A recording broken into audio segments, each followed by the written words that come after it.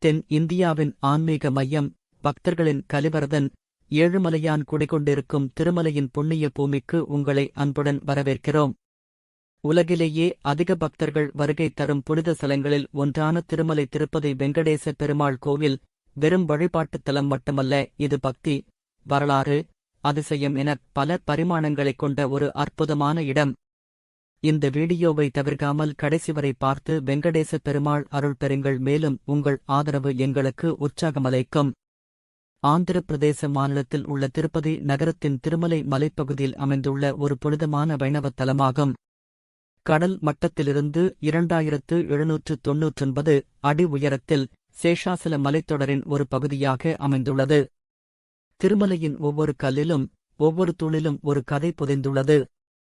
இந்த ஸ்தலத்தின் வரலாறு ஆயிரக்கணக்கான வருடங்களுக்கு முந்தையது. திருமலையின் மற்றொரு பெயர் திருவேங்கடம். திரு என்றால் புனிதமான, வேங்கடம் என்றால் பாவங்களைப் போக்கும் சக்தி படைத்தது என்று பொருள். முதலில் இந்த திருமலையின் திருத்தல வரலாறு குறித்து விரிவாகப் பார்ப்போம்.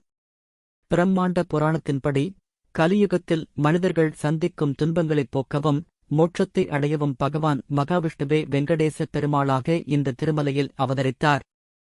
வேங்கடமலையின் ஒரு முக்கிய சிறப்பு, இது 7 மலைகளின் தொகுப்பு. இந்த 7 மலைகளும் ஆதிசேஷனின் 7 தலைகளாக கருதப்படுகின்றன. இவற்றின் பெயர்கள் சேஷாத்ரி, நீலாத்ரி, கருடாத்ரி, அஞ்சனாத்ரி, விருஷ்பாத்ரி, நாராயணாத்ரி, வேங்கடாத்ரி. இவற்றில் திரிய வெங்கடேஸ்வர சுவாமி வீற்றிருக்கும் மலை வேங்கடாத்ரி ஆகும். இது பெருமாள் ஆதிசேஷன் மீது சயனித்திருக்கும் தெய்வீக கோலத்தை நினைவூட்டுகிறது. மேலும் புராணங்களின்படி ஆதிசேஷனுக்கும் வாயுதேவனுக்கும் இடையிலான போட்டில் ஆதிசேஷன் தோல்வியடைந்ததால் ஆதிசேஷன் மனம் உடைந்தபோது பிரம்மா மற்றும் பிற தேவர்கள் அவரை தெற்றினர். அவர் வெங்கடாத்ரி மலையுடன் ஒன்றிணைந்து விஷ்ணுவின் இருப்பிடமாக மாறுவார் என்று கூறினர்.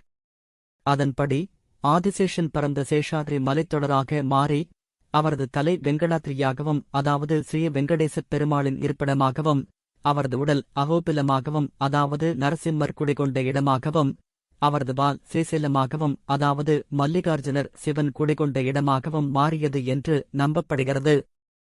திருமலைக்குச் செல்லும் பக்தர்களுக்கு இந்த மலைப்பயணம் ஒரு புனிதமான அனுபவமாக அமைகிறது.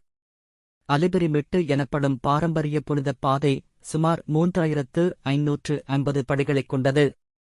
பக்தர்கள் தங்கள் வேண்டுதல்களை நிறைவேற்றவும், பாவங்களைப் போக்கவும், இறைவனின் கருணையைப் பெறவும் இங்கு நடந்து செல்கின்றனர். இந்த நடைபயணம் உடல் ரீதியான சவாலைத் தாண்டி ஒரு மனோரீதியான அர்ப்பணிப்பாகவும் தெய்வீக இருப்புடன் ஒன்றிணைவதற்கான ஒரு பயணமாகவும் பார்க்கப்படுகிறது. இது வெறும் ஒரு சடங்கு ரீதியான வருகை அல்ல, மாறாக ஒரு ஆழ்ந்த ஆன்மீகத் தேடலின் வெளிப்பாடாகும். கலியுகத்தின் துன்பங்களிலிருந்தும் சோதனைகளிலிருந்தும் மனிதகுலத்தை காப்பாற்றவே விஷ்ணு பகவான் ஸ்ரீ வெங்கடேஸ்வரராக அவதரித்தார் என்று புராணங்கள் கூறுகின்றன. திருமலை வெங்கடேசப் பெருமாள் வருவதற்கு முன்பே ஆதிவராக சுவாமி திருமலையில் குடிகொண்டிருந்தார். ஸ்ரீனிவாசர் வராக சுவாமியிடம் நிலம் கேட்டுப் பெற்றார். அதற்குப் பதிலாக வராக சுவாமிக்கு முதல் தரிசனம், பூஜை மற்றும் பிரசாதம் வழங்கப்படும் என்று ஸ்ரீனிவாசர் உறுதியளித்தார். இன்றும் இந்த மரபு திருமலையில் பின்பற்றப்படுகிறது. பக்தர்கள் முதலில் வராக சுவாமியை தரிசித்த பின்னரே ஸ்ரீ வெங்கடேசப் பெருமாளை வழிபடுகின்றனர். பக்தர்கள் ஏழுமலையானுக்குச் செலுத்தும் காணிக்கைகளில் மிகவும் முக்கியத்துவம் வாய்ந்ததும் தனித்துவம் மிக்கதுமான ஒரு சடங்கு முடி காணிக்கை அல்லது முடி இறக்குதல் ஆகும். முடி காணிக்கை ஏன்? இதற்கு பல ஐதீகக் கதைகள் கூறப்படுகின்றன. ஒரு முக்கிய கதை, திருமால் பத்மாவதி தாயாரை திருமணம் செய்வதற்காக குபேரனிடம் கடன் பெற்றார். இந்த கடனை அடைக்க பக்தர்கள் தங்கள் தலைமுடியை காணிக்கையாகச் செலுத்துவதாக கூறப்படுகிறது. மேலும் அழகு, கௌரவம், அகங்காரம் ஆகியவற்றின் அடையாளமாக கருதப்படும் முடியை தியாகம் செய்வதன் மூலம் பக்தர்கள் தங்கள் அகங்காரத்தையும் உலகப் பற்றுதலையும் இறைவனின் திருவடியில் சமர்ப்பிப்பதாக நம்பப்படுகிறது.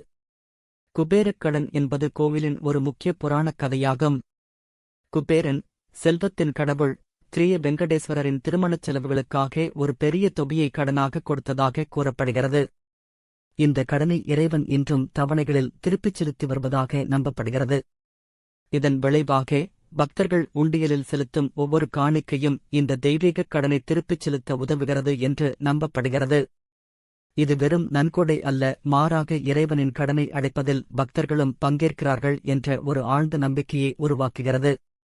இப்போது கோவிலுக்குள் இருக்கும் மூலவர் ஸ்ரீ வெங்கடேச பெருமாளைப் பற்றி சற்று ஆழமாகத் தெரிந்து கொள்வோம். மூலவர் மேற்கு நோக்கி நின்ற கோலத்தில் காட்சியளிக்கிறார்.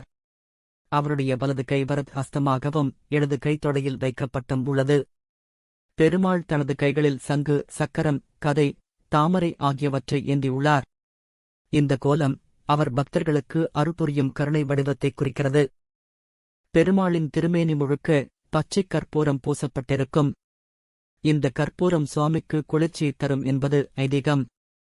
மேலும் பெருமாளின் நெற்றியில் பெரிய நாமம், கண்களில் சூரியன், சந்திரன் போன்ற ஒளி வீசும் கற்கள் பொருத்தப்பட்டிருக்கும்.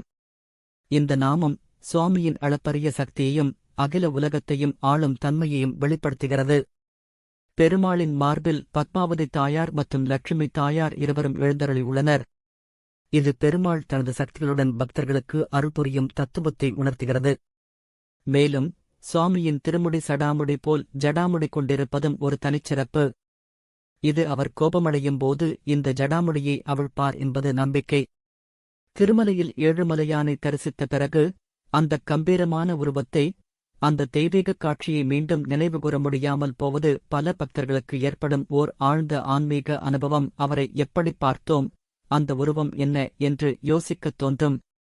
இது தற்செயலானதல்ல, இதற்குப் பின்னால் ஒரு ஆழமான ஆன்மீக, தத்துவார்த்தக் காரணம் உள்ளது.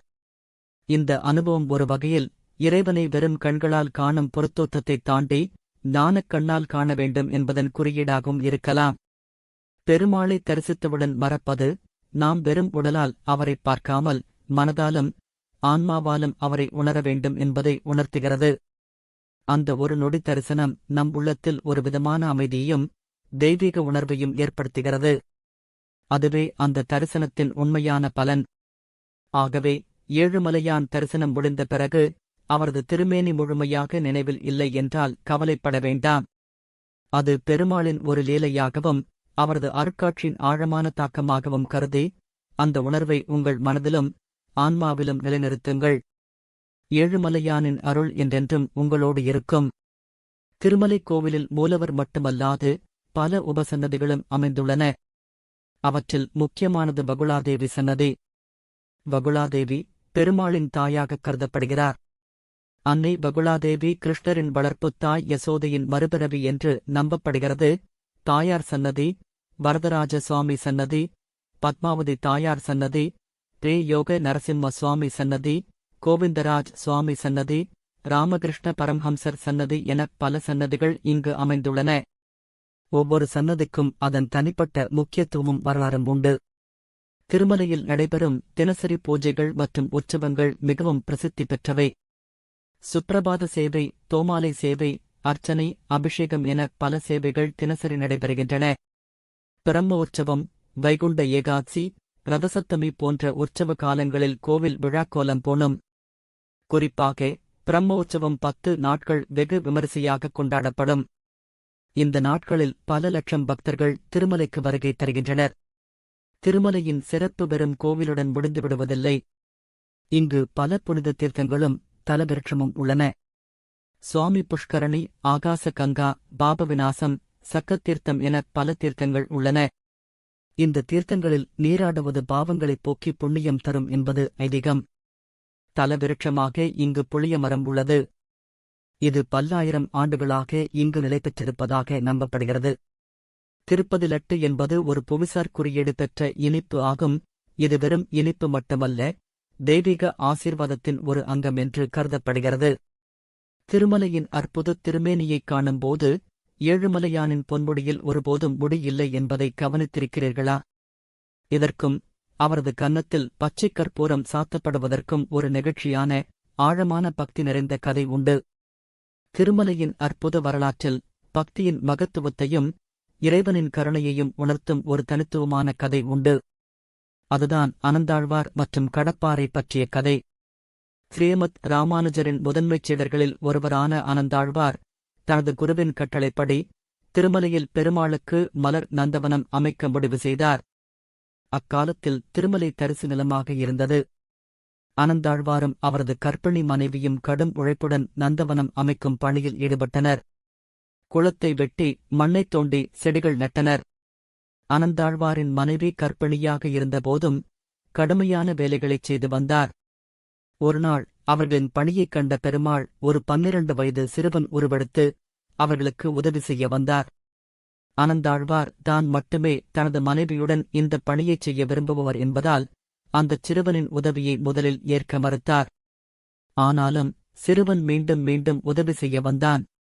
ஒரு கட்டத்தில் அனந்தாழ்வார் வெளியே சென்றிருந்தபோது சிறுவன் அவரது மனைவிக்கு உதவி செய்து கொண்டிருந்தான். இதனைப் பார்த்த அனந்தாழ்வார் யாரோ தனது வேலையில் குறுக்கிடுவதாக கருதி கையில் வைத்திருந்த கடப்பாறையால் அந்தச் சிறுவனை தலையிலும் கன்னத்திலும் அடித்தார். அடிப்பட்ட வேகத்தில் சிறுவனின் கன்னத்தில் இருந்து இரத்தம் பிரிட்டது. அடித்த அடுத்த கணமே அந்தச் சிறுவன் அங்கிருந்து மறைந்துவிட்டான். மாலை பூஜைக்காக அனந்தாழ்வார் கோவிலுக்குச் சென்றபோது மூலவர் வெங்கடேசப் பெருமாளின் கன்னத்தில் இரத்தம் வழிவதைக் கண்டார். அப்போதுதான் அனந்தாழ்வாருக்கு தான் அடித்தது வேறு யாருமல்ல, ஏழுமலையானே சிறுவன் உருவில் வந்து தனக்கு சேவை செய்திருக்கிறார் என்பதை உணர்ந்து கதறி அழுதார். தனது தவறை உணர்ந்து பெருமாளின் காயத்திற்கு பச்சைக் கற்பூரத்தைப் பூசினார். அன்று முதல் இன்றும் வெங்கடேசப் பெருமாளின் கன்னத்தில் பச்சைக் கற்பூரம் சாத்தப்படுவது வழக்கமாக உள்ளது. இந்தச் சம்பவத்தின் நினைவாக பக்தர்கள் முடிக்காணிக்கை செலுத்துவதாகவும் நம்பப்படுகிறது. இன்றும் திருமலை கோவிலின் பிரதான நுழைவாயிலின் வலது பக்கத்தில் அனந்தாழ்வார் பயன்படுத்திய அந்த கடப்பாறை தொங்கவிடப்பட்டுள்ளது. இது பக்தியின் ஆழத்தையும் இறைவனின் கருணை வடிவத்தையும் தனது பக்தனுக்காகவே பெருமாள் காயம்பட்டார் என்பதையும் உணர்த்தும் ஒரு நீங்காச் சின்னமாகும். அனந்தாழ்வார் ஏழுமலையானின் பிரதான பக்தர் என்று இன்றும் போற்றப்படுகிறார். இறுதியாக திருமலைக் கோவிலின் வரலாற்று ஆதாரங்கள் மற்றும் கல்வெட்டுகள் குறித்துப் பார்ப்போம். இந்தக் கோவில் பல மன்னர்களாலும் சாம்ராஜ்யங்களாலும் போற்றப்பட்டு வந்துள்ளது. பல்லவர்கள், சோழர்கள், பாண்டியர்கள், விஜயநகரப் பேரரசு எனப் பல அரசர்கள் இந்தக் கோவிலுக்கு நிலங்களையும் நகைகளையும் நன்கொடைகளையும் வழங்கியுள்ளனர். இங்குள்ள கல்வெட்டுகள் இந்தக் கோவிலின் பழமையும் வளர்ச்சிப்படைகளையும் தெளிவாக எடுத்துரைக்கின்றன. கிபி 9ஆம் நூற்றாண்டு முதல் பல்வேறு கல்வெட்டுகள் இங்கு காணப்படுகின்றன. குறிப்பாக விஜயநகரப் பேரரசின் மன்னர்களான கிருஷ்ணதேவராயர், அச்சுததேவராயர் ஆகியோர் இந்தக் கோவிலுக்கு அளித்த கொடைகள் பற்றிய ஏராளமான கல்வெட்டுகள் உள்ளன. கிருஷ்ணதேவராயர் திருமலைக்கு 7 முறை விஜயம் செய்து ஏராளமான இரத்தினங்களையும் தங்க நகைகளையும் கிராமங்களையும் தானமாக வழங்கியுள்ளார். இவை அனைத்தும் கோவில் செப்புப் பட்டயங்களிலும் கல்வெட்டுகளிலும் பொறிக்கப்பட்டுள்ளன. இந்தக் கல்வெட்டுகள் திருவேங்கடமுடையானின் புகழ் பரவி பல சாம்ராஜ்யங்களால் போற்றப்பட்டதை உறுதிப்படுத்துகின்றன. இவ்வாறு திருமலை வெங்கடேசப் பெருமாள் கோவில் வெறும் வழிபாட்டுத் தலமாக மட்டுமின்றி இந்திய கலாச்சாரம், வரலாறு, ஆன்மீகம் ஆகியவற்றின் ஒரு மையப்புள்ளியாக திகழ்கிறது. ஒவ்வொரு முறையும் இங்கு வரும்போது ஒரு புதிய அனுபவத்தையும் ஆழ்ந்த பக்தியையும் உணர முடியும். அடுத்த முறை நீங்கள் திருமலைக்கு வரும்போது வெறும் தரிசனம் மட்டுமல்லாமல் இந்த ஸ்தலத்தின் ஒவ்வொரு பகுதியையும், அதன் வரலாற்றையும், அதன் பின்னணியில் உள்ள பக்தி உணர்வையும் ஆராய்ந்து பாருங்கள். ஏழுமலையானின் அருள் என்றும் உங்களுக்கு கிடைக்கும். இந்த அறிவூட்டும் பயணத்தில் எங்களுடன் இணைந்ததற்கு நன்றி. உங்கள் சொந்த விருப்பங்கள் நிறைவேறட்டும். தெய்வீக இருப்பில் அமைதியையும் உத்வேகத்தையும் நீங்கள் காணலாம். இந்த காணொளி உங்களுக்கு பயனுள்ளதாக இருக்கும் என நம்புகிறோம். இந்த வீடியோ உங்களுக்கு பிடித்திருந்தால் தயவுசெய்து லைக் செய்யவும். உங்கள் கருத்துக்களையும் உங்களுக்கு இந்த கோவிலைப் பற்றித் தெரிந்த தகவல்களையும் நீங்கள் பார்க்க விரும்பும் பிற கோவில்கள் பற்றிய தகவல்களையும் கருத்துப் பெட்டியில் தெரிவிக்கவும். நமது சேனலை சப்ஸ்கிரைப் செய்து இந்த காணொளியை உங்கள் நண்பர்கள் மற்றும் உறவினர்களுடன் பகிர்ந்து கொள்ள மறக்காதீர்கள். மீண்டும் அடுத்த ஆன்மீகப் பயணத்தில் சந்திப்போம்.